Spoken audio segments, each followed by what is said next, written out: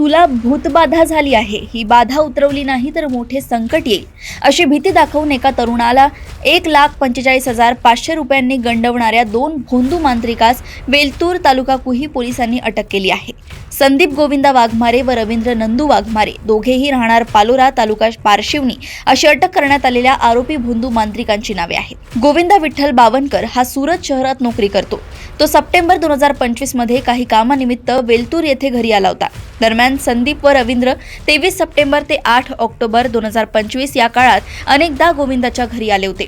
त्यांनी गोविंदाला विश्वासात घेत ज्याला तुला कोणीतरी करणी केली आहे त्यामुळे तुला भूतबाधा झाली आहे अशी बतावणी केली। त्यामुळे तो घाबरला होता। ही भूतबाधा उतरवण्यासाठी तांत्रिक पूजा करावी लागेल। पूजेसाठी विशिष्ट प्रकारची जडीबुटी देखील खरेदी करून आणावी लागते। त्यासाठी पैशांची गरज भासणार आहे अशी बतावणी केली। त्या दोघांच्या सांगण्यावर गोविंदाचा विश्वास बसल्याने दोघांनीही त्याच्याकडून टप्प्याटप्प्याने 1,45,500 रुपये उकळले। पोलिसांनी तांत्रिक माहितीच्या आधारे दोघेही आरोपी नेमके कुठे आहेत ते शोधून काढले आणि त्यांना लाखनी जिल्हा भंडारा येथून शिताफीने ताब्यात घेत अटक केली आहे।